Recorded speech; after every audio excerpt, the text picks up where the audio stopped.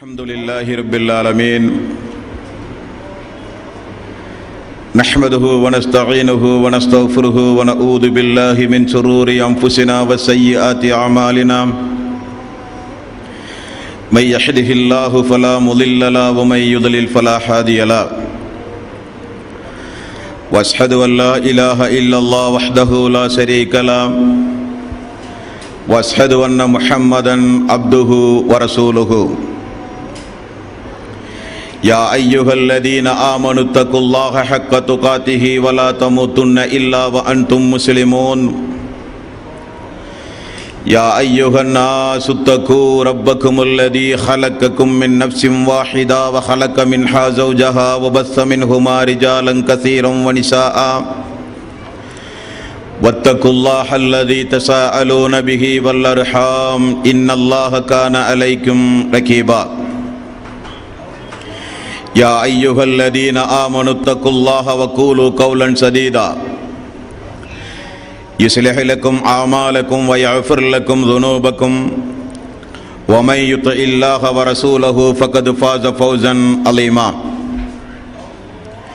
فإن خير الحديث كتاب الله وخير الهدي هدي محمد صلى الله عليه وسلم وشر الأمور محدثاتها وكل محدثة بدعة وكل بدعة ضلالة وكل ضلالة في النار.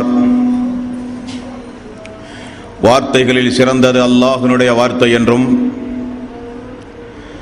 வழிகாட்டுதலில் சிறந்தது நபிகள் நாயகம் ஸல்லல்லாஹு அலைஹி வஸல்லம் அவர்களுடைய வழிகாட்டுதல் என்றும் காரியங்களில் மிக மிக கெட்டது மார்க்கங்களில் பித்அத்துகளை உண்டாக்குவது.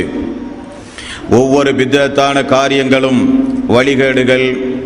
வழிகேடுகள் அனைத்தும் உங்களை நரகில் கொண்டு போய் சேர்க்கும் என்று நபிகள் நாயகம் ஸல்லல்லாஹு அலைஹி வஸல்லம் அவர்கள் தங்களுடைய ஒவ்வொரு சொற்பொழிவின் துவக்கத்திலும் இந்த மனித சமூகத்திற்கு நினைவுறுத்தியதை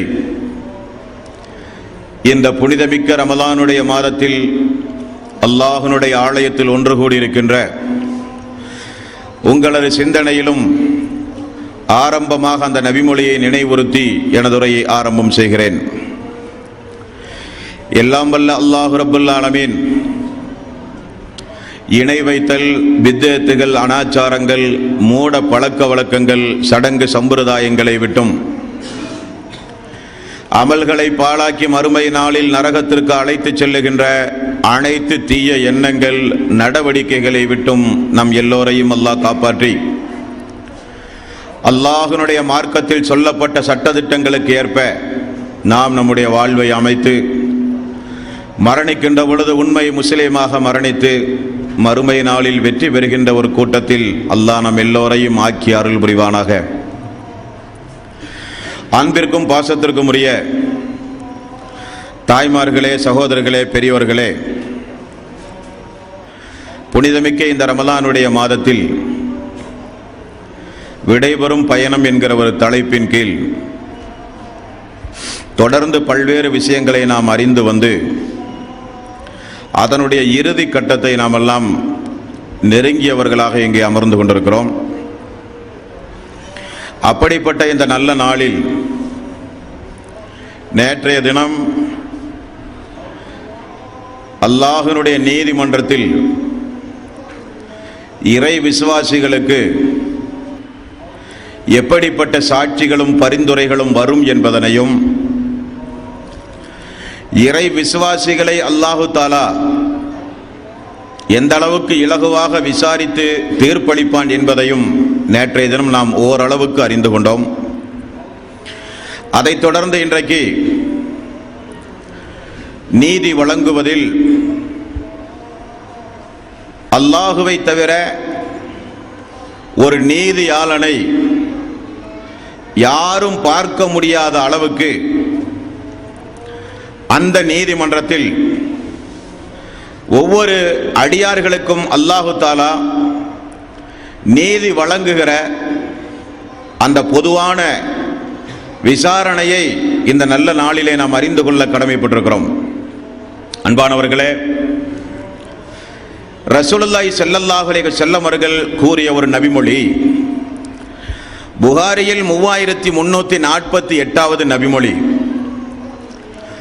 அல்லாஹு தாலா மறுமை நாளில் யகூலுல்லாஹு தாலா, அல்லாஹ் மறுமை நாளில் சொல்லுவானாம், யா ஆதம், ஆதமே என்று அல்லாஹ் அழைப்பான். ஃபயகூல், ஆதம் அலைஹி ஸலாத்து வஸ்ஸலாம், நம்முடைய தந்தை சொல்லுவார், லப்பைக், இதோ வந்து விட்டேன் யா அல்லாஹ். வஸஅதைக், கட்டுப்படுவதற்கு காத்திருக்கிறேன் யா அல்லாஹ். வல் ஹைரு ஃபீ யதைக், நலம் அனைத்தும் உன்னுடைய கைவசம்தான் இருக்கிறது யா அல்லாஹ் என்று அல்லாஹ் அழைக்கும் பொழுது நம்முடைய தந்தை ஆதம் அல்லாஹ்வுக்கு சொல்லுகிற பதில். ஃபயகூல், அப்பொழுது அந்த ஆதமுக்கு அல்லாஹ் சொல்லுவான், அஹ்ரிஜ் பஅஸன் நார், உம்முடைய மக்களில் நரகவாசிகளை அப்படியே பிரித்து நிப்பாட்டு என்று அல்லாஹ் சொல்லுவான். நம்முடைய தந்தை ஆதம் அலைஹி ஸலாத்து வஸ்ஸலாம் பாவப்பட்டு, அல்லாஹுவே, எனது மக்களில் எத்துணை பேரை நான் நரகத்திற்காக வேண்டி பிரித்து நிப்பாட்ட என்று ஆதம் அலைஹி ஸலாத்து வஸ்ஸலாம் அல்லாஹ்விடத்திலே கேட்பார். அல்லாஹ் சொல்லுகிற பதிலை ரசூலுல்லாஹி ஸல்லல்லாஹு அலைஹி வஸல்லம் இதே போல மக்களுக்கு சொல்லும் பொழுது அந்த மக்கள் அதிர்ந்து போனார்கள். அல்லாஹ் சொல்லுவானாம், ஆதமே, உம்முடைய மக்களில் ஒவ்வொரு 1000 பேர்களை பிரித்து பிரித்து எடு. அதில் 999 பேர் நரகத்திற்கு, ஒரு மனிதன் தான் சொர்க்கத்திற்கு. சஹாபாக்கள் எல்லாம், யா ரசூலல்லாஹ், சொர்க்கத்திற்கு 1000 பேரில் ஒரு மனிதன் பிரித்தெடுக்கப்படுவானேயானால் நம்மில் எத்தனை பேர்கள் சொர்க்கத்திற்கு செல்வோம் யா ரசூலல்லாஹ்? நபிகள் நாயகம் ஸல்லல்லாஹு அலைஹி வஸல்லம் அவர்கள் கூறினார்கள், 1/4 கால் பாகம் 25% ஒட்டுமொத்த மனித சமூகத்தில் நாம் தான் சொர்க்கவாசி. அல்லாஹு அக்பர். சஹாபாக்கள் சொன்னார்கள், அல்லாஹ் மிகப்பெரியவன். மீண்டும் ரசூலுல்லாஹி ஸல்லல்லாஹு அலைஹி வஸல்லம், இல்லை, 1/3 பகுதியினர் 33% நாமெல்லாம் சொர்க்கவாசிகள். அல்லாஹு அக்பர் என்றார்கள் சஹாபாக்கள். மீண்டும் ரசூலுல்லாஹி ஸல்லல்லாஹு அலைஹி வஸல்லம், ஒட்டுமொத்த மனித சமுதாயத்தில் சொர்க்கம் செல்லுகிற மக்களில் நாம் தான் 50% மக்கள். அல்லாஹு அக்பர் என்றார்கள் சஹாபாக்கள். சொல்லிவிட்டு அல்லாஹ்வுடைய ரசூல் சொன்னார்கள், ஒட்டுமொத்த மனித சமுதாயத்தில் என்னுடைய சமுதாயம் நாம் மறுமை நாளில் எவ்வளவு எண்ணிக்கையில் இருப்போம் என்பதை புரிந்து கொள்ள வேண்டுமானால், ஒரு கருப்பு மாட்டினுடைய உடம்பில் இருக்கின்ற வெள்ளை ரோமங்களைப் போலதான் ஒட்டுமொத்த மனித சமுதாயத்திலும் நாம், அல்லது வெள்ளை மாட்டினுடைய கடுப்பு ரோமம் அல்லது கருப்பு மாட்டினுடைய வெள்ளை ரோமம், அதுதான் ஒட்டுமொத்த மனித சமுதாயத்திலும் நம்முடைய மனித சமுதாயம். அதிலும் 50% சொர்க்கம் செல்வார்கள் என்று நபிகள் நாயகம் ஸல்லல்லாஹு அலைஹி வஸல்லம் அவர்கள் கூறினார்கள். அன்பர்களே, அல்லாஹ்வுடைய முதல் அறிவிப்பு நம்முடைய வாப்பாவை குறித்து, ஆதமை குறித்து, மக்களை எல்லாம் நரகத்திற்குரிய மக்களை எல்லாம் தனியாக நிப்பாட்டு என்று அல்லாஹு தஆலா சொல்லுகிற அறிவிப்பு. அன்பானவர்களே, முஸ்லிம் என்கிற நபிமொழி தொகுப்பில் 5678வது நபிமொழி. அல்லாஹு தஆலா அந்த நாளில் தன்னுடைய அடியார்களை பார்த்து கேட்பானாம், அடியானே, உனக்கு நான் கண்ணியத்தை தந்தேனா? ஆமாம் யா அல்லாஹ். செல்வத்தை தந்தேனா? ஆமாம் யா அல்லாஹ். நல்ல துணைகளை, மக்களை தந்தேனா? ஆமாம் யா அல்லாஹ். போர் செல்வங்களை எல்லாம் உங்களுக்கு வாரி வாரி தந்தேனா? ஆமாம் யா அல்லாஹ். நல்ல மக்களை அதிகாரம் செய்கிற தலைமைத்துவத்தை எல்லாம் உங்களுக்கு நான் தந்தேனே? ஆமாம் யா அல்லாஹ். சரி, இந்த நாளில் என்னை சந்திப்பதை குறித்து நீ என்ன நினைத்திருந்தாய்? அப்படி ஒரு எண்ணமே எனக்கு இல்லையா அல்லாஹ். அப்படியானால் என்னை மறந்ததை போல இந்த நாளில் நானும் உன்னை மறந்து விடுவேன் என்று அல்லாஹ் சொல்லுகிற சம்பவம், அல்லாஹ் சொல்லுகின்ற சம்பவம்.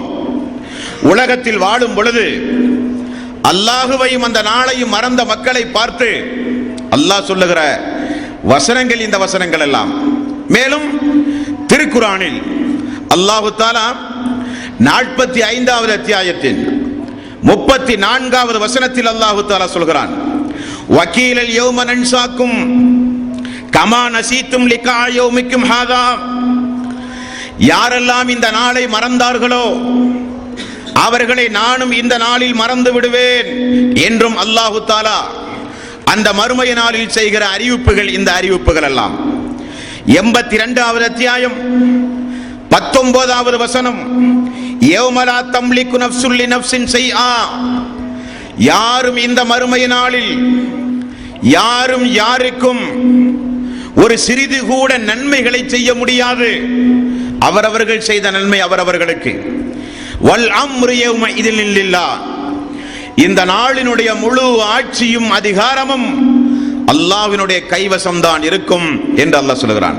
இப்படிப்பட்ட அந்த நாளில் அல்லாஹ் தஆலா கேட்கிற ஒவ்வொரு கேள்விகளையும் பாருங்கள் அன்பர்களே. அடியார்களை பார்த்து 28வது அத்தியாயம் 65வது வசனம் அல்லாஹ் சொல்கிறான், வயௌம யுனாதீஹிம். விசாரணைக்காக வேண்டிய மக்கள் எல்லாம் அழைக்கப்படுகின்ற அந்த நாளில் ஃபயகூல், அவர்களிடத்திலே கேட்கப்படும், மாதா அஜப்துமுல் முர்சலீன். நான் அனுப்பிய இந்த தூதர்களுக்கு, எல்லா தூதர்களையும் அல்லாஹ் தஆலா நிப்பாட்டி வைத்து அந்தந்த சமுதாய மக்களிடத்தில் அந்தந்த தூதர்களை சுட்டிக்காட்டி நம்மை அல்லாஹ் தஆலா முஹம்மது நபி ஸல்லல்லாஹு அலைஹி வஸல்லம் அவர்களை அந்த மறுமை நாளில் அல்லாஹ் நிப்பாட்டி இந்த தூதருக்கு துனியாவில் வைத்து என்ன பதிலை நீங்கள் சொன்னீர்கள்? இவரை நான் அனுப்பிய தூதர், அஷ்ஹது அன்ன முஹம்மதர் ரசூலுல்லாஹ், அல்லாஹ்வுடைய தூதர் தான் இந்த முஹம்மது என்பது என்று நான் சாட்சி சொல்லுகிறேன் என்று சாட்சி சொல்லி இஸ்லாமிய மார்க்கத்தை ஏற்றுக்கொண்ட மக்கள் அந்த தூதர் சொன்ன அடிப்படைக்கு மாற்றமாக நடந்தால், தூதருக்கு எதிராக நடந்தால், அல்லாஹ் கேட்கிற கேள்வி, இந்த தூதருக்கு என்ன பதிலை நீங்கள் சொன்னீர்கள் என்கிற கேள்வி மறுமை நாளில் கேட்கப்படுகிற கேள்வி. முஸ்லிம் என்கிற நபிமொழி தொகுப்பில் 5115வது நபிமொழி அல்லாஹ் தஆலா நிற்கிற மக்களை பார்த்து கேட்கிற இன்னொரு கேள்வி, என் மீது சத்தியமிட்டு நான் மன்னிக்கவே மாட்டேன் என்று சொன்ன அந்த அடியான் எங்கே என்று அல்லாஹ் கேட்பான். ரசூலுல்லாஹி ஸல்லல்லாஹு அலைஹி வஸல்லம் அவர்கள் சொல்கிறார்கள், முற்சென்ற சமுதாயத்தில் ஒரு மனிதன் இருந்தானாம். அவன் இன்னொரு மனிதனை பார்த்து, அல்லாஹ்வின் மீது சத்தியமாக அல்லாஹ் உன்னை மன்னிக்கவே மாட்டான் என்று சொன்னான். அப்படியே மரணித்து போனார்கள். 2 பேரையும் அல்லாஹ் எழுப்புகிறான். அல்லாஹ் கேட்கிற கேள்வி, என் மீது சத்தியமிட்டு நான் ஒரு அடியானை மன்னிக்கவே மாட்டேன் என்று சொன்னவன் எங்கே என்று கேட்கப்படும். அவன் கொண்டு வரப்படுவான். அவனுடைய நல்லறங்கள் எல்லாம் பிடுங்கப்படும். யாரை பார்த்து இவன் அல்லாஹுவை குறித்து பயமுறுத்த, அல்லாஹுவை குறித்து அவநம்பிக்கை ஏற்படுத்தி அடியார்களை இந்த உலகத்தில் வாழும் பொழுது தேவையில்லாமல் எல்லாம் அச்சமூட்டி எச்சரிக்கை செய்தார்களோ, அவர்களிடத்தில் இவனுடைய நன்மைகளை எல்லாம் எடுத்துக் கொடுத்து, யாரை நான் மன்னிக்க மாட்டேன் என்று என் மீது சத்தியம் போட்டாயோ, எந்த ஒரு உரிமையும் இல்லாமல் அவரை நான் மன்னித்து சொர்க்கத்திற்கு அனுப்பினேன், நீ நரகத்திற்கு செல் என்று அல்லாஹ் ரப்புல் ஆலமீன் சொல்லுகிற நீதிமன்றம் அந்த நீதிமன்றம் அன்பர்களே. மேலும் நபிகள் நாயகம் ஸல்லல்லாஹு அலைஹி வஸல்லம் அவர்கள் கூறினார்கள், முஸ்லிம் என்கிற நபிமொழி தொகுப்பில் 1164வது நபிமொழி, அல்லாஹ்வுடைய விசாரணை எப்படி இருக்கும் என்பதை சொல்கிறார்கள். அல்லாஹ் தஆலா விசாரிக்க வேண்டும் என்ற ஒரு காரியத்தில் அல்லாஹ் அந்த நாளில் முடிவு செய்தால் அந்த காரியத்தை அல்லாஹ் கண்டுபிடித்தே தீருவான். உங்களை விடமாட்டான் அல்லாஹ் தஆலா. உங்களை அல்லாஹ் துருவி துருவி விசாரித்து ஒரு காரியம் குறித்து உங்களுக்கு தெளிவுபடுத்த வேண்டும் என்று அல்லாஹ் விரும்பினால் அதனுடைய கடைசி நிலை வரை அல்லாஹ் சென்று அந்த காரியத்தை கண்டுபிடித்து தெளிவுபடுத்தாமல் அல்லாஹ் உங்களை விடமாட்டான் என்றும் நபிகள் நாயகம் ஸல்லல்லாஹு அலைஹி வஸல்லம் அவர்கள் கூறினார்கள். அன்பர்களே, புகாரியில் 6536வது நபிமொழி, மன் நூகிஸல் ஹிசாப உஸ்திபா. துருவி துருவி அல்லாஹ் தஆலா மறுமை நாளில் யாரையாவது விசாரணை செய்தால் நீங்கள் தெரிந்து கொள்ளுங்கள், அவனை அல்லாஹ் வேதனைப்படுத்துவதாக முடிவு செய்து விட்டான். நரகத்தில் அல்லாஹ் அவனுக்கு தண்டனை கொடுப்பதாக முடிவு செய்து விட்டான். ஆகவேதான் இப்ராஹிம் அலைஹிஸ்ஸலாத்து வஸ்ஸலாம் அல்லாஹ்விடத்திலே செய்த பல பிரார்த்தனைகளில் ஒரு பிரார்த்தனை, விசாரிக்கின்ற அந்த நீதிமன்றத்தில் அல்லாஹுவே என்னையும் என்னுடைய பெற்றோர்களையும் இறை விசுவாசிகளையும் விசாரணை செய்கின்ற அந்த நீதிமன்றத்தில் கேவலப்படுத்தாதையா அல்லாஹ். இப்ராஹிம் நபியினுடைய துவா. அதைத்தான் நபிகள் நாயகம் ஸல்லல்லாஹு அலைஹி வஸல்லம் அவர்கள் சொல்கிறார்கள், மன் நூகிஸல் ஹிசாப உல்திபா. துருவி துருவி அல்லாஹ் யாரையாவது விசாரித்தால் அந்த மறுமை நாளில் நீங்கள் தெரிந்து கொள்ளுங்கள், அவர்கள் வேதனை செய்யப்படுவார்கள் என்றும் நபிகள் நாயகம் ஸல்லல்லாஹு அலைஹி வஸல்லம் அவர்கள் சொன்னார்கள். மேலும் புகாரியில் 6499வது நபிமொழி, மன் சம்ம அல்லாஹ். யார் இந்த உலகத்தில் அல்லாஹ்வினுடைய இபாதத்துகளை விளம்பரப்படுத்தி செய்தார்களோ அவர்களை அல்லாஹ் தஆலா மறுமை நாளில் கொண்டு வந்து நிப்பாட்டி விளம்பரப்படுத்துவான். அல்லாஹ், இவன் செய்த இபாதத்துகளுக்கும் எனக்கும் எந்த சம்பந்தமும் கிடையாது, மக்களுக்காக வேண்டி செய்தவன் இவன். வமன் யுராஇ யுராஇல்லாஹு பிஹி. யார் ஒருவர் முகஸ்துதிக்காக வேண்டி இபாதத்துகள் செய்தார்களோ அவர்கள் மறுமை நாளிலே கொண்டு வரப்படுவார்கள், அவர்களை அல்லாஹ் தஆலா அம்பலப்படுத்துவான். இவர்கள் முனாஃபிக்குகள், என்னுடைய இபாதத்தில் கலப்படம் செய்தவர்கள், சொர்க்கம் செல்ல வேண்டிய முக்கியமான இபாதத்துகளில் விளம்பரம் தேடியவர்கள். எந்த மக்களுக்காக யாருக்காக இபாதத்துகளை விளம்பரப்படுத்தி முகஸ்துதிக்காக வேண்டி செய்து உலகத்தில் விளம்பரம் தேடினாயோ, இதோ அந்த மக்கள் எல்லாம் இங்கே நிற்கிறார்கள், அவர்களிடத்திலே போய் நன்மையை கேள், அவர்களிடத்திலே போய் சொர்க்கம் கேள். உலகத்தில் உன்னை புகழ்ந்து விட்டார்கள், உலகத்தில் நீ எதிர்பார்க்கிற விளம்பரத்தை உனக்கு அவர்கள் தந்து விட்டார்கள், என்னிடத்தில் உனக்கு எந்த நற்கூலியும் இல்லை என்று அல்லாஹ் சொல்லுகிற நாள் அந்த நாள். ஆகவேதான் நபிகள் நாயகம் ஸல்லல்லாஹு அலைஹி வஸல்லம் அவர்களுக்கு அருளப்பட்ட திருக்குர்ஆனில் அல்லாஹ் தஆலா 50வது அத்தியாயத்தின் 21வது வசனத்தில் அல்லாஹ் சொல்லுகிறான், வஜாஅத் குல்லு நஃப்ஸின் மஅஹா ஸாயிகுன் வ ஸஹீத். அந்த நாளில் ஒவ்வொரு அழைப்பாளரோடும் ஒவ்வொரு சாட்சியோடும் தான் அந்த நாளில் நீங்கள் அல்லாஹ்வினுடைய முன்னிலையில் நீங்கள் வருவீர்கள் என்று அல்லாஹ் அவனுடைய அருள்மறையாம் திருமறை குர்ஆனிலே சொல்கிறான். அன்பானவர்களே, முஸ்லிம் என்கிற நபிமொழி தொகுப்பில் 5021வது நபிமொழி. அல்லாஹ் கேட்கிற ஒரு சில கேள்விகளை பாருங்கள். ஆதமுடைய மகனே, நான் நோய்வாய்ப்பட்டு இருந்தேனே, ஏன் என்னை நீ பார்க்க வரவில்லை என்கிற ஒரு கேள்வி. அடியான் சொல்லுகிற பதில், அகிலத்தின் அதிபதியே, உன்னை எப்படி நான் உடல்நலம் விசாரிக்க செய்ய முடியும் என்று கேட்கிறான். அல்லாஹ் திரும்ப கேட்கிற கேள்வி, என்னுடைய அடியான் நீ உலகத்தில் வாழும் பொழுது உடல் நலம் சரியில்லாமல் நோய்வாய்ப்பட்டு கிடந்தானே, அவனை நீ போய் பார்க்க சென்றாயா? இல்லையா அல்லாஹ். அவனை நீ போய் பார்க்க சென்றிருந்தால் அங்கே என்னை நீ காண்பாய். ஆகவேதான் சங்கைக்குரிய அறிஞர் பெருமக்கள் எல்லாம் நோயாளியை சந்திப்பது சுன்னத்தல்ல, அது ஒரு ஃபர்ல் என்கிறார்கள். என்ன காரணமாம்? எந்த காரியத்தை குறித்து அல்லாஹ் தஆலா மறுமை நாளில் விசாரணைக்கு எடுக்கின்றானோ அவைகள் எல்லாம் சுன்னத்தல்ல, அது ஃபர்ல். ஆகவே நீங்கள் நோயாளிகளை சந்திக்க செல்லுங்கள், காரணம் அது குறித்து நீங்கள் விசாரிக்கப்படுவீர்கள் என்றார்கள் ரசூலுல்லாஹி ஸல்லல்லாஹு அலைஹி வஸல்லம். ஆதமுடைய மகனே என்பான்.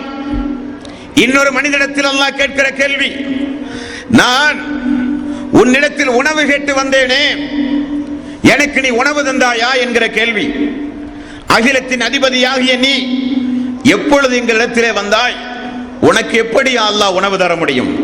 ஒரு நாள் பசியோடு ஒரு அடியான் வந்தானா? வந்தான் யா அல்லாஹ். ஏன் கொடுக்கவில்லை? கொடுத்திருந்தால் அது எனக்கு கொடுத்ததற்கு சமம்.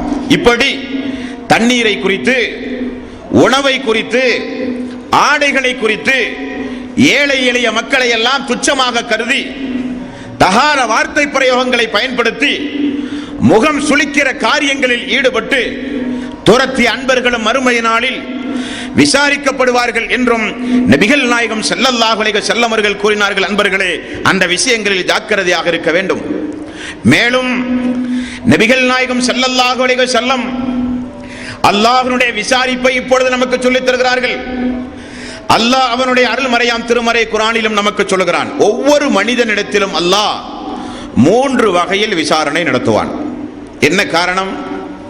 மறுமை நாளில் என்னை இந்த இறைவன் சரிவர விசாரிக்கவில்லை, நீதி வழங்குவதில் குறைபாடுகள் உண்டு, இவர் சரியான நீதிமான் அல்ல, யாரும் பேசக்கூடாது அல்லாஹ்வுடைய நீதிமன்றத்தில். 3 கட்ட விசாரணை.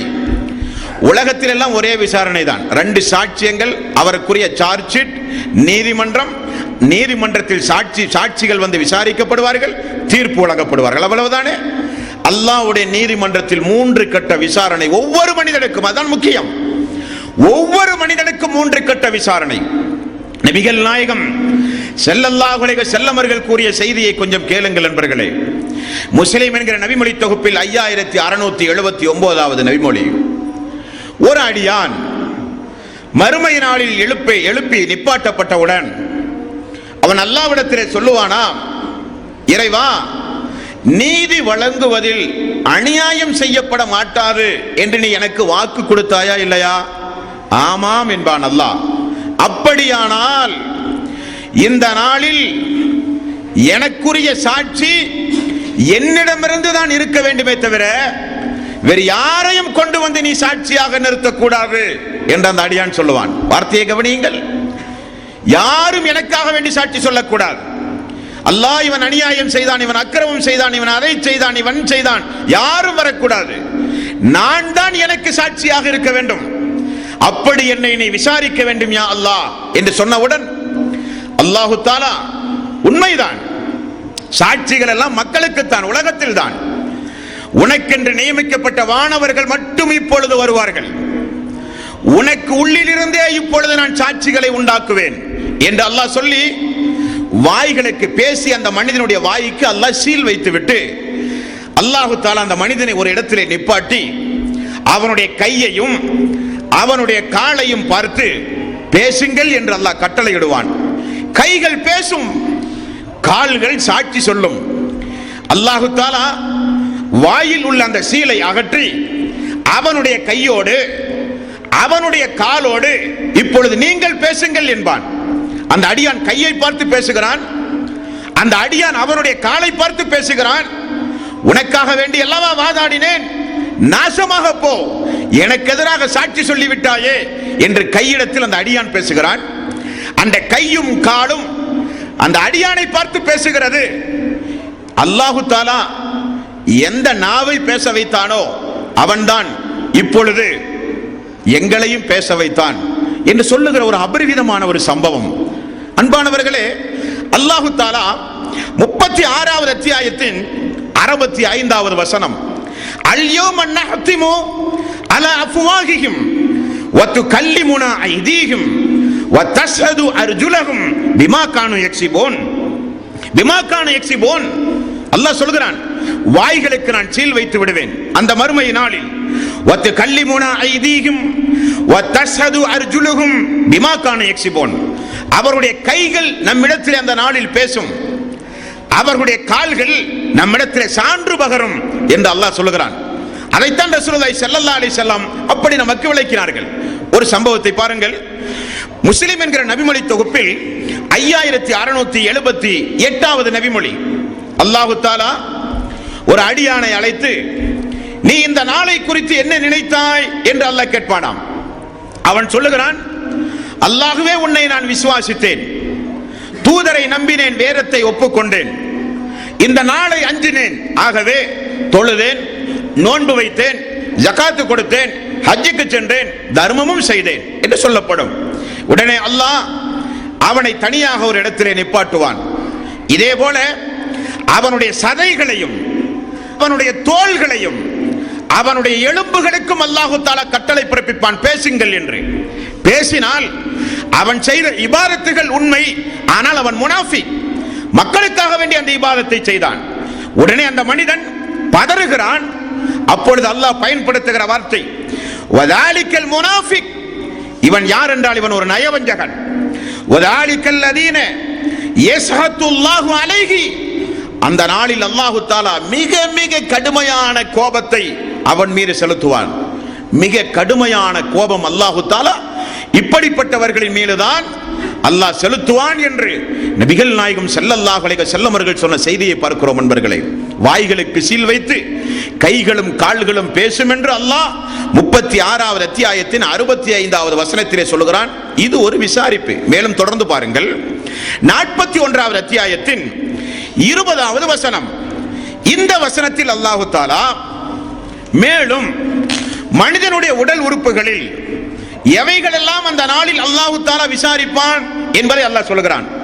அல்லாஹ் சொல்கிறான், ஹத்தா இதா மா ஜாஊஹா ஷஹித அலைஹிம் சம்உஹும் வ அப்சாருஹும் வ ஜுலூதுஹும் பிமா கானு யஅமலூன்.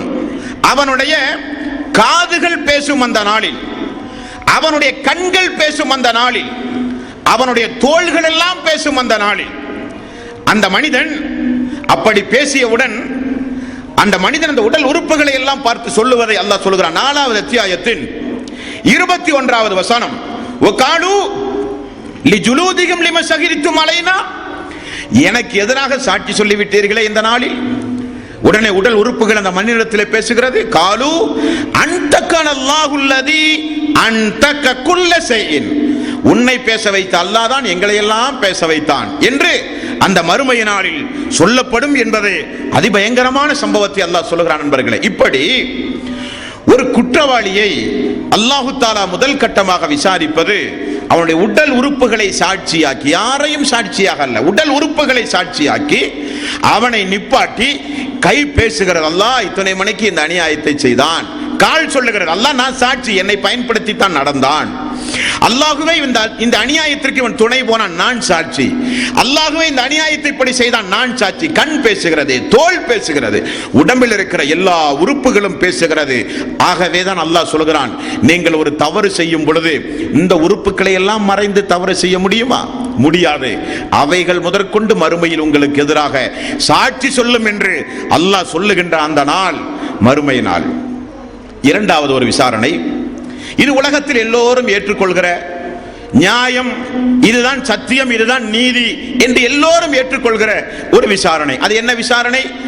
எடை போட்டு நன்மை அதிகமானால் சொர்க்கம், தீமை அதிகமானால் தண்டனை.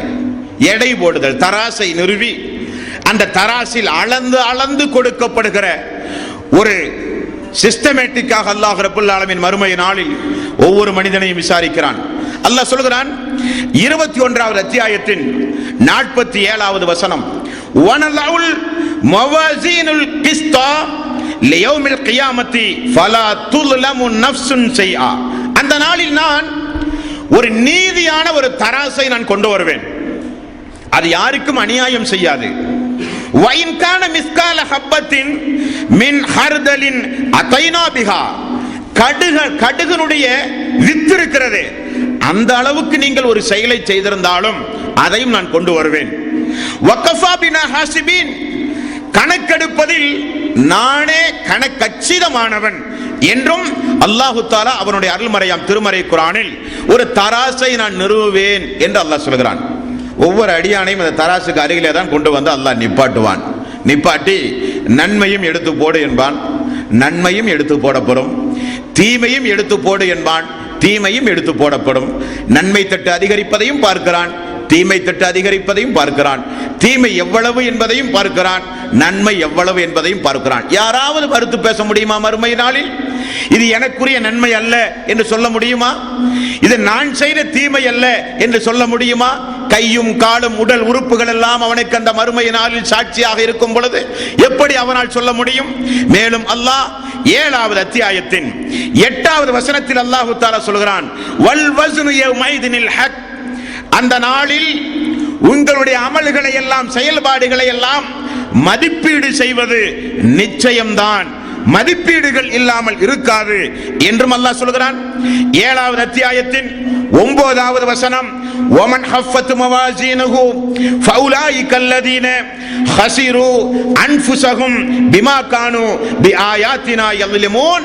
அந்த மறுமை நாளில் நன்மை தட்டு அதிகரிக்காமல் தீமை தட்டு யாருக்காவது அதிகரித்தால் அது அவனுக்கு அவன் ஏற்படுத்தி கொண்ட நஷ்டம் தானே தவிர வசனங்களை நிராகரித்து அல்லாஹ் சொன்ன அடிப்படைக்கு மாற்றமாக நடந்த காரணத்தினால் அவனுக்கு ஏற்பட்ட நஷ்டம் தானே தவிர அது என்னுடைய குற்றம் அல்ல என்றும் அல்லாஹு தஆலா அந்த நாளினுடைய தராசில் எடை போடுகிற அந்த காரியத்தை குறித்து அல்லாஹு தஆலா சொல்கிறான். இந்த தராஸ் நன்மையும் தீமையும் செய்த மக்களுக்கு மட்டும்தான், முஸ்ரிக்கீன்களுக்கு கிடையாது. காரணம், லைன் அஸ்ரக்த லயஹ்பதன் அமலுக வல தகுனன்ன மினல் ஹாசிரின். அல்லாஹ்வுக்கு யார் இணை வைத்தார்களோ, அப்படி இணை வைத்தால் அவர்களுடைய எல்லா அமல்களையும் நான் அழித்து நாசமாக்கி விடுவேன் என்று அல்லாஹ் எச்சரிக்கிறானே. அந்த மக்கள் எந்த நன்மையும் இருக்காது அவர்களுடைய பதிவேட்டில், ஒரு வெள்ளை தாளை போல அவர்களுடைய தீமைகள் தான் அதிகமாக இருக்கும். ஆகவே அவர்களுக்கு எடை தேவையில்லை என்கிறான் அல்லாஹ். 18வது அத்தியாயம் 105வது வசனம். யார் அல்லாஹ்வுடைய வசனங்களையும் அவனுடைய சந்திப்பையும் நிராகரித்து வாழ்ந்தார்களோ அவர்களுடைய அமல்கள் எல்லாமே நான் அழித்து விடுவேன். மேலும் அவர்களுக்கு அந்த நாளில் நியாயத்தராசு நிறுவப்படாது. காரணம், அவர்களிடத்தில் நன்மை இல்லையே என்று அல்லாஹ் சொல்லுகிற வசனம். அன்பர்களே, இது 2வது கட்ட விசாரணை. 3வது கட்ட விசாரணை என்ன தெரியுமா? ஒவ்வொரு மனிதனுக்கும் அல்லாஹு தஆலா ஏற்பாடு செய்து வைத்திருக்கின்ற கிராமன் காத்திபீன் என்று அல்லாஹ் வர்ணனை செய்கின்ற மலக்குமார்களால் எழுதப்பட்ட வாழ்க்கை குறிப்பு ஏடு. அந்த ஏடு ஒவ்வொரு மனிதருக்கும் அந்த மறுமை நாளிலே கொண்டு வரும். பார்த்தீர்களா? உடல் உறுப்புகளை எல்லாம் பேச வைத்து ஒரு சாட்சி, நன்மை தீமையை எடை போட்டு ஒரு சாட்சி. அதிலே பாதி மனிதனுடைய உயிர் போய்விடும். எந்த நன்மையும் இல்லையே, எந்த தீமையும் இல்லையே, எந்த தீமைகள் அதிகமாகிவிட்டது. அல்லாஹ் கொடுத்த அவகாசத்தை எல்லாம் தீமை செய்வதற்கு நாம் துனியாவில் வாழ்ந்து பயன்படுத்தினோமே, நன்மை செய்ய அவகாசம் இல்லையே, நன்மை செய்ய அந்த வாய்ப்பை பயன்படுத்தவில்லையே என்று மனிதன் ஏகதேசம் முடிவு செய்திருக்கிற நேரத்தில் அல்லாஹு தஆலா 3வது கட்ட விசாரிப்பையும் அவனுக்கு அல்லாஹ் நிகழ்த்துகிறான். கேளுங்கள் நண்பர்களே. அல்லாஹ் சொல்கிறான் 50வது அத்தியாயத்தின் 18வது வசனம். இந்த வசனத்தில் அல்லாஹு தஆலா சொல்கிறான், அந்த மறுமை நாளில் இனி ஒரு கட்ட விசாரணை உண்டு. அது என்ன விசாரணை என்றால், இது யத்தலக்கல் முத்தலக்கியானி, இது யத்தலக்கல் முத்தலக்கியானி அனில் யமீனி வஅனி ஷிமாலி கயீத். அவனுடைய இடதும் வலதுமாக இருக்கின்ற வானவர்கள் எழுதுகிறார்கள். என்ன எழுதுகிறார்கள்? நீங்கள் பேசுகின்ற ஒவ்வொரு பேச்சையும் அவர்கள் எழுதாமல் விடுவதே கிடையாது. அல்லாஹ் சொல்கிறான். இப்படி ஒரு கண்காணிப்பு, அல்லாஹ்வினுடைய கண்காணிப்பு ஒவ்வொரு மனிதனுக்கும் இந்த உலகத்திலே உண்டு. அல்லாஹ் சொல்கிறான் 82வது அத்தியாயத்தின் 10வது வசனம் 11வது வசனம், வ இன்ன அலைக்கும் லஹாஃபிலீன், நிச்சயமாக உங்களின் மீது பாதுகாவலர்களை நான் நியமித்திருக்கிறேன். கிராமன் காத்திபீன், அவர்கள் யார் என்றால் கண்ணியம் வாய்ந்த எழுத்தாளர்கள்.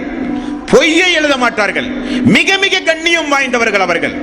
அவர்களுக்கு நீங்கள் பேசுகிற ஒவ்வொரு பேச்சும் உங்களுடைய பார்வையினுடைய அர்த்தம் முதற்கொண்டு எழுதுகிற வேலை அந்த கண்ணியமான எழுத்தாளர்களுடைய வேலை என்று அல்லாஹ் சொல்கிறான். மேலும் அல்லாஹ் 45வது அத்தியாயத்தின் 28, 29வது வசனம், அந்த மறுமை நாளில் எல்லா மனிதர்களும் விசாரணைக்காக வேண்டி அல்லாஹ்வினுடைய முன்னிலையில் எப்படி நிற்பார்கள் என்பதை அல்லாஹ் சொல்கிறான். அந்த மறுமை நாளில் எப்படி நிற்பார்களாம்? எல்லோரும் நிமிர்ந்து நின்றல்ல, எல்லோரையும் மண்டியிட வைத்து அல்லாஹ் தஆலா அந்த மறுமை நாளில் நிப்பாட்டுவான். வதரா குல்ல உம்மத்தின் ஜாசிபா, அந்த மறுமை நாளில் எல்லோரையும் மண்டியிட்டவர்களாக அல்லாஹ் தஆலா அமர வைப்பான். குல்லு உம்மத்தின் துதுஆ இலா கிதாபிஹா, அவர்களுடைய கிதாபை அவர்களுக்கு பக்கத்திலே வைக்கப்பட்டிருக்கும் கிதாபை கொண்டு அவர்கள் அழைக்கப்படுவார்கள். அல்யௌம துஸௌன மா குன்தும் தஅமலூன், அவர்கள் செய்ததற்குரிய கூலியை அந்த கிதாபின் மூலம் அவர்கள் பார்ப்பார்கள் அந்த நாளில் என்று அல்லாஹ் தஆலா குறிப்பேடு சம்பந்தமான, கிதாபுகள் சம்பந்தமான, ஒவ்வொரு மனிதனுடைய வாழ்க்கை குறிப்பேடு சம்பந்தமான விசாரிப்பை அல்லாஹ் தஆலா சொல்கிறான். 50வது அத்தியாயத்தின் 23வது வசனம். இந்த வசனத்தில் வானவர்கள் சொல்லுகிறார்கள், அல்லாஹுவே அவனுடைய குறிப்பேடு இதோ எங்களிடத்தில் உண்டு, அல்லாஹுவே அவனுடைய குறிப்பேடு இதோ எங்களிடத்தில் உண்டு என்று வானவர்கள் ஒவ்வொரு மனிதனுடைய குறிப்பேடும் சமர்ப்பிக்கப்படுகிற நாள். 23வது அத்தியாயத்தின் 62வது வசனம், வலா நுகல்லிஃபு நஃப்ஸன் இல்லா உஸ்அஹா, எந்த ஒரு ஆத்மாவும் சக்திக்கு அப்பாற்பட்டு நான் சோதிக்கவே மாட்டேன்.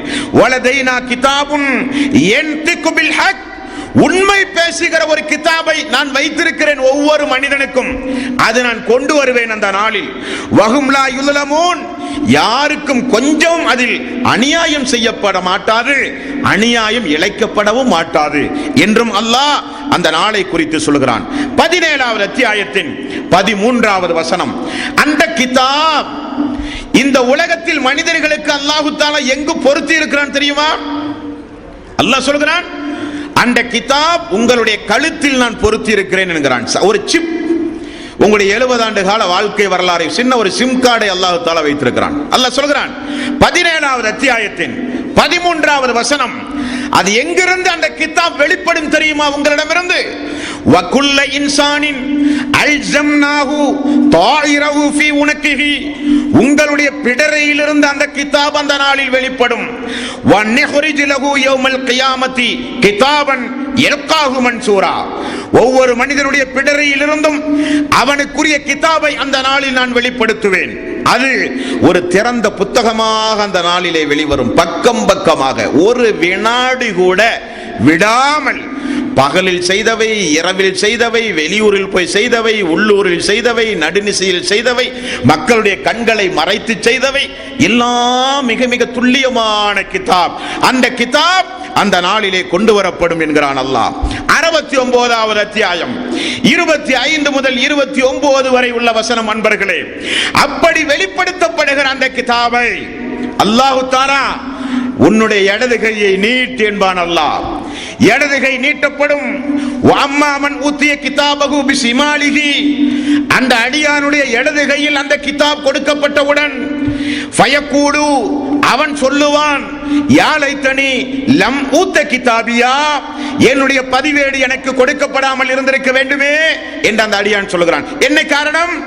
வலது கையால் கொடுக்கப்பட்டால் சொர்க்கவாசி, கொடுக்கப்பட்டதோ இடது கையில். இடது கையை நீட்டு என்பான் அல்லாஹ்.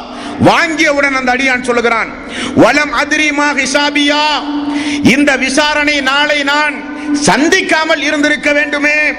யாழை தகா காணத்தில் காலியா, மரணித்த உடனேயே என்னுடைய வாழ்வு அப்படியே முடிந்து விட்டு இருக்க கூடாதா?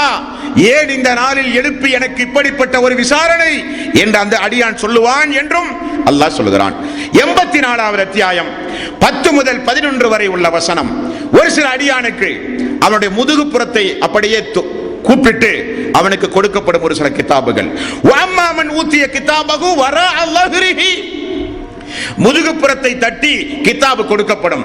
ஃபஸௌஃப யதுஉ சுபூரா, எனக்கு ஒரு அழிவு வந்திருந்தால் நன்றாக இருக்குமே, ஏன் என்னை இப்படி எழுப்பி இப்படி எனக்கு இடது கையிலும் பின்புறத்திலும் இந்த வேதங்கள் கொடுக்கப்படுகிற கிதாபுகள் கொடுக்கப்படுகிறது என்று அந்த அடியான் புலம்புகிறான். அந்த நாள் 3வது அத்தியாயத்தின் 30வது வசனம், கிதாபுகள் கையில் கொடுக்கப்பட்டவுடன் ஒவ்வொரு தீயவர்களும் நினைப்பார்களாம், அல்லாஹ் சொல்கிறான், அந்த மறுமை நாளில் நன்மையும் தீமையையும் அந்த அடியான் தன்னுடைய கண் முன்னால் பார்த்தவுடன், வமா அமிலத் மின் சூஇன் தவத்து லவ் அன்ன பைனஹா வ பைன அமதன் பஈதா, அன்ன பைனனா வ பைனஹு அமதன் பஈதா, எனக்கும் தீமைக்கும் ரொம்ப பெரிய தொலைவு இருந்திருக்க கூடாதா? உலகத்தில் தீமை எல்லாம் ரொம்ப சந்தோஷமாக செய்த அடியான், உலகத்தில் தீமையை செய்யும் பொழுது வருத்தம் இல்லாத அடியான், உலகத்தில் தீமையை அவனே தேடி போய் செய்த அடியான், மறுமை நாளில் அல்லாஹ்வே இந்த நாளில் தீமைக்கும் எனக்கும் மிகப்பெரிய ஒரு தொலைவு இருக்க கூடாதா என்று அந்த அடியான் அந்த கிதாபை பார்த்தவுடன் கேட்பானாம். 17வது அத்தியாயத்தின் 14வது வசனம், அல்லாஹ் தஆலா சொல்லுகிறான், அந்த கிதாபை பிடரியிலே இருந்து எடுத்து இடது கையை நீட்ட சொல்லி கையிலே கொடுப்பான். அது ஒரு திறந்த புத்தகமாக வரும். எல்லாம் பார்க்கிறான். பார்த்த உடனே அல்லாஹ் தஆலா அந்த கிதாபை ரப்பு வாசித்து, இது இன்னாருக்குரிய குற்றம், இது இப்பொழுது செய்த குற்றம் என்று சொல்லுவானா? அல்ல. அல்லாஹ் சொல்கிறான், இக்ரா கிதாபக, உன்னுடைய வாழ்க்கை குறிப்பேட்டை நீயே படி. அவரவர்கள் பேசுகிற மொழியில் படிப்பார்கள். அந்த நாளில் நான் இத்துணை மணிக்கு இந்த நாளில் இந்த அநியாயத்தை செய்தேன், இந்த அக்கிரமத்தை செய்தேன், நல்லவர்கள் என்னை அச்சமூட்டி எச்சரிக்கை செய்த பிறகும் நான் இப்படிப்பட்ட அநியாயங்களையும் அக்கிரமங்களையும் துணிச்சலாக செய்தேன் என்கிற அசிங்கத்தை, அருவருக்கத்தக்க தீய காரியத்தை நீயே படி என்று அல்லாஹ் தஆலா சொல்லுவான். அந்த அடியான் படிப்பான், கஃபா பி நஃப்ஸிகல் யௌம அலைக ஹஸீபா, அல்லாஹ்வே நிச்சயமாக அவன் அதை படித்த பிறகு இந்த கணக்கு நீயே படி, உன்னுடைய கிதாபை நீயே படி என்று அல்லாஹ் சொல்லுவான். அந்த கணக்கு அப்படியே மறுமை நாளிலே காட்டப்படும் என்று அல்லாஹ் சொல்கிறான். மேலும் பாருங்கள் நண்பர்களே, 18வது அத்தியாயத்தின் 49வது வசனம் அந்த அடியான் படிக்கிறான். படித்த பிறகு அந்த அடியான் சொல்லுகிறான், வவுல் கிதாபு ஃபதரல் முஜ்ரிமீன முஸ்ஃபிகீன மிம்மா ஃபீஹி, ஒவ்வொரு குற்றவாளிக்கு முன்னிலையிலும் அந்த கிதாப் அந்த மறுமை நாளில் கொண்டு வரப்பட்டவுடன் வயக்கூலூன யா வைலதனா மாலி ஹாதல் கிதாபிலா யுகாதிர் ஸஈரத்தன் வலா கபீரத்தன் இல்லா அல்சாஹா, இந்த கிதாபுக்கு என்ன நேர்ந்தது, இந்த கிதாபுக்கு என்ன நேர்ந்தது, சிறியவை முதற்கொண்டு பெரியவை வரையெல்லாம் துல்லியமாக பதிவு செய்து வைத்திருப்பதை நான் பார்க்கிறேனே என்று அவன் கை சேதப்படுவான், அவன் கதறுவான், இந்த கிதாபுக்கு என்னானது என்று கேட்பான். அன்பர்களே, 78வது அத்தியாயத்தின் 40வது வசனம், அல்லாஹு தஆலா இந்த நீதிமன்றத்தில் யாரையும் விசாரிக்காமல் விடமாட்டானாம். அவன் மாலிக் யௌமித்தீன், கியாம நாளின் அதிபதி என்பதை நிரூபிப்பதற்காக வேண்டி அல்லாஹ் என்ன செய்வான் என்பதை ரசூலுல்லாஹி ஸல்லல்லாஹு அலைஹி வஸல்லம் அவர்கள் சொன்னார்கள். ஒரு கொம்புள்ள ஒரு ஆட்டையும் கொம்பு இல்லாத இன்னொரு ஆட்டையும் அல்லாஹ் கொண்டு வந்து மறுமையில் நிப்பாட்டி எல்லா மனிதர்களும் எல்லா நபிமார்களும் பார்க்கிற அந்த நீதிமன்றத்தில் எப்படிப்பட்ட நீதிமான் என்பதை அல்லாஹு தஆலா நிரூபிப்பதற்காக ஒரு கொம்பு உள்ள ஒரு ஆடு உலகத்தில் கொம்பு இல்லாத ஒரு ஆட்டை அநியாயமாக முட்டி வேதனை செய்திருந்தால் அதையும் அல்லாஹ் விசாரிப்பான்.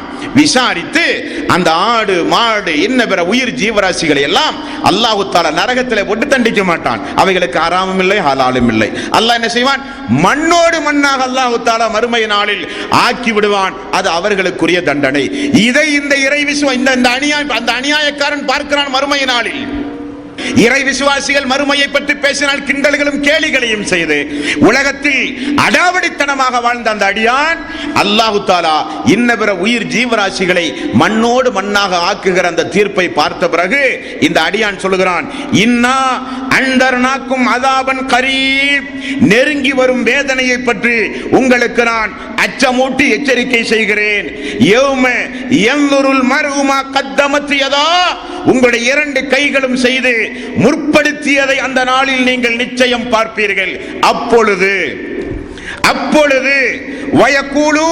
வயகூலுல் காஃபிரு யா லைத்தனி குன்து துராபா, அல்லாஹ்வே நாங்களும் இப்படி மண்ணோடு மண்ணாய் போகட்டுமா, எங்களுக்கும் அப்படி ஒரு தீர்ப்பு சொல்லியா அல்லாஹ், எங்களுக்கு ஏன் இந்த நரகம், எங்களுக்கு ஏன் இந்த நரகம், நாங்களும் மண்ணோடு மண்ணாய் போகிற வகையில் எங்களுக்கு ஒரு தீர்ப்பு வழங்கப்பட்டிருக்க கூடாதா என்று மனிதன் கேட்கிற நாள் அந்த நாள், மனிதன் கேட்கிற நாள் அந்த நாள்.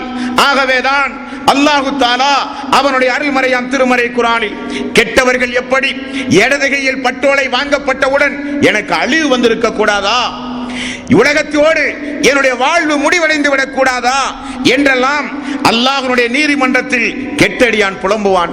நல்லடியானோ 69வது அத்தியாயத்தின் 19 20வது வசனம், வஅம்மா மன் ஊத்திய கிதாபஹு பியமீனிஹி, வலது கையில் அதே போல ஒரு சாராருக்கு பட்டோலை கொடுக்கப்படும். ஃபயகூலு ஹா உம்க்ரஉ கிதாபியா, என்னுடைய கிதாபை யார் வேண்டுமானாலும் படிக்கலாம் இந்த நாளில், என்னுடைய கிதாபை இந்த நாளில் யார் வேண்டுமானாலும் படிக்கலாம். காரணம், இன்னி லனன்து அன்னி முலாக்கின் ஹிசாபியா, நான் இந்த விசாரணை மன்றத்தை நம்பியவன், மறுமையை அஞ்சியவன், அதை அஞ்சி அஞ்சி செய்த இபாதத்துகள் இந்த இபாதத், யார் வேண்டுமானாலும் என்னுடைய இபாதத்துகளை படிக்கலாம் என்று மறுமை நாளில் நல்லவர்கள் கூறுவார்கள் என்றும் அல்லாஹு தஆலா திருக்குர்ஆனிலே சொல்லுகிறான். இப்படி அல்லாஹு தஆலா 3 கட்ட விசாரணை ஒவ்வொரு மனிதர்களுக்கும் உண்டு என்றால் அந்த மறுமையை குட்டி பொறித்துள்ள அச்சம் நம்முடைய வாழ்விலே இல்லாமல் போகுமா? அதையும் மீறி ஒரு மனிதனுக்கு மறுமையினுடைய அச்சம் இல்லாவிட்டால் ஹத்தமல்லாஹு அலா குலூபிஹிம் வ அலா சம்மிஹிம் வ அலா அப்சாரிஹிம், அவர்களுடைய உள்ளத்திற்கும் செவிக்கும் பார்வைக்கும் நான் முத்திரையிட்டேன் என்று அல்லாஹ் சொல்கிறானே, அவர்களால் மட்டும்தான் அந்த மறுமையை குறித்து பயப்படாமல் இருக்க முடியுமே தவிர மீதமுள்ள எல்லோரும் பயப்படுகிற நாள் அந்த நாள். அல்லாஹ்வினுடைய விசாரணைக்கு உட்படுத்தப்பட்டால் ரசூலுல்லாஹி ஸல்லல்லாஹு அலைஹி வஸல்லம் அவர்கள் சொன்னார்களா இல்லையா? துருவி துருவி அல்லாஹ் விசாரிப்பான். யாரை? யார் இந்த உலகத்தில் ஒரு இறை விசுவாசியை துருவி துருவி விசாரிப்பதையே தொழிலாக கொண்டு நடந்தானோ அவனை அல்லாஹு தஆலா துருவி துருவி விசாரிப்பான். ஒரு இறை விசுவாசியை அவன் தெரியாமல் அவனுடைய குற்றங்குறைகளை ஆராய ஒரு அடியான் பின்தொடர ஒரு எட்டு எடுத்து வைத்தால் அல்லாஹ் அவனை பின்தொடர ஆரம்பிக்கிறான். அந்த அடியான் இறுதியில் பூட்டி அறைக்குள் போய் பதுங்கினாலும் அந்த பூட்டை உடைத்து வெளியே கொண்டு வந்து அல்லாஹ் அவனை கேவலப்படுத்துகிற ஒரு நாளும் தேதியும் துனியாவிலே உண்டு என்று அல்லாஹ் சொல்லுகிறான். ஆகவே தீய பழக்கமுடையவர்கள் ஒரு கணம் கொஞ்சம் யோசிக்க வேண்டும். மலக்குமார்கள் பதிவு செய்கிறார்கள், எந்த கையை கொண்டு எந்த காலை கொண்டு எந்த உடல் உறுப்புகளை கொண்டு அந்த தீமைகளை செய்கிறோமோ அது குறித்து மறுமையிலே விசாரிக்கப்படும். ஆகவே தான் ரசூலுல்லாஹி ஸல்லல்லாஹு அலைஹி வஸல்லம் அவர்கள் சொன்னார்கள், நான் சொர்க்கம் நீங்கள் செல்ல நான் பொறுப்பேற்றுக் கொள்கிறேன் என்றார்கள். நான் பொறுப்பு, நீங்கள் சொர்க்கம் செல்ல நீங்கள் எனக்கு ரெண்டு காரியம் செய்ய வேண்டும். ஒன்று, உங்களுடைய இரண்டு உதடுகளுக்கு மத்தியில் இருக்கிற நாவை கொஞ்சம் பேணுதலாக நீங்கள் பயன்படுத்தி வாழ்ந்தால் நான் பொறுப்பு, நீங்கள் சொர்க்கம் செல்ல. ரெண்டு தொடைகளுக்கு மத்தியில் இருக்கிற மர்ம உறுப்பை கொஞ்சம் பத்திரமாக பாதுகாத்தால் விபச்சாரம் செய்யாமல் நீங்கள் சொர்க்கம் செல்ல நான் பொறுப்பு என்றார்கள். காரணம், நாவுகளும் காதுகளும் கண்களும் உடல் உறுப்புகளும் கைகளும் கால்களும் தோள்கள் முதற்கொண்டு அல்லாஹ்வுடைய நீதிமன்றத்திலே பேசும். நன்மை தீமை எடை போடுகிற தராசு கொண்டு வரப்படும். கிதாப், ஒவ்வொரு மனிதனுடைய குறிப்பேடும் மறுமை நாளிலே கொண்டு வரப்படும். இப்படி ஒவ்வொரு அடியார்களும் அந்த நாளிலே விசாரணை செய்யப்படுவார்கள். ஆகவேதான் அல்லாஹ் அந்த நாளை பயந்து கொள்ளுங்கள், அந்த நாளை பயந்து கொள்ளுங்கள் என்று அல்லாஹு தஆலா இறை விசுவாசிகளுக்கும் உலகத்தில் அவனால் படைக்கப்பட்ட மனித சமுதாயத்திற்கும் அல்லாஹு தஆலா அச்சமூட்டி எச்சரிக்கை செய்கிறான். இனி இப்படிப்பட்ட விசாரணை எல்லாம் அல்லாஹ்வினுடைய ஆயத்தின் மூலம் தெரிந்த பிறகு வாழ்க்கையை திருத்திக் கொள்ளாமல் இந்த உலகத்தில் மீண்டும் அநியாயங்களையும் அக்கிரமங்களையும் செய்து ரமலானுடைய மாதத்தில் மட்டும் இபாதத்துகளை செய்து ரமலானுடைய மாதம் முடிந்து மீண்டும் தொழாமல் எல்லா வகையான ஹராமான காரியங்களையும் செய்து ரமலானையும் பாழ்படுத்தி இந்த புனித தன்மையை சீர்குலைத்து இந்த ரமலானுடைய மாதம் வந்த பிறகும் நல்லமல் செய்து தன்னுடைய வாழ்வை திருத்திக் கொள்ள முயற்சி எடுக்காமல் ரமலானுக்கு பிறகும் சொந்த வாழ்வில் அநியாயங்களை அக்கிரமங்களை அதிகம் செய்த மக்கள் மறுமை நாளில் அல்லாஹுவை அழைத்து போடுகிற சப்தம், அவனுடைய 3 கட்ட விசாரிப்பிலும் அவன் தோற்று போன பிறகு மலக்குமார்களை அழைத்து அவன் உதவி கேட்டு போடுகிற கூப்பாடு, அல்லாஹுவை அழைத்து அவன் போடுகிற ஒவ்வொரு சப்தம் திருக்குரானிலே உண்டு. அந்த அடியார்களுடைய அலறல் சப்தத்தை, அந்த மறுமை நாளினுடைய அமளி துமளிகளை இன்ஷா அல்லாஹ் நாளைய தினம் நாம் பார்ப்போம் அன்பர்களே. ஆகவே இந்த உலகத்தில் வாழும் பொழுது நம்மால் இயன்றவரை அல்லாஹுவை அஞ்சி வாழ வேண்டும். நன்மையை பொறுத்தவரையில் இயன்றவரை செய்யலாம், தீமைகளை பொறுத்தவரையில் உடனே அதிலிருந்து நாம் விலகிக் கொள்ள வேண்டும். காரணம், இன்ன பத்ஸ ரப்பிக லஸதீர், அல்லாஹ்வினுடைய பிடி கடுமையானது, அல்லாஹ்வினுடைய பிடி கடுமையானது என்று அல்லாஹ் சொல்லுகிறான். அல்லாஹுவை நீங்கள் ஏமாற்ற நினைத்தால் ஏமாந்து போவது நாம் தானே தவிர அல்லாஹ் கிடையாது. அல்லாஹ் இந்த உலக வாய்ப்பை நன்மைக்காக, நம்முடைய வாழ்வை நாம் திருத்துவதற்காக நாம் ஒவ்வொருவரும் பயன்படுத்தினால் நாம் புத்திசாலி. நாளைய தினம் ஓரளவுக்கு நீங்கள் புரிந்து கொள்வீர்கள் என்கிற நம்பிக்கையோடு உங்களிடமிருந்து இன்றைக்கு நான் விடைபெறுகிறேன்.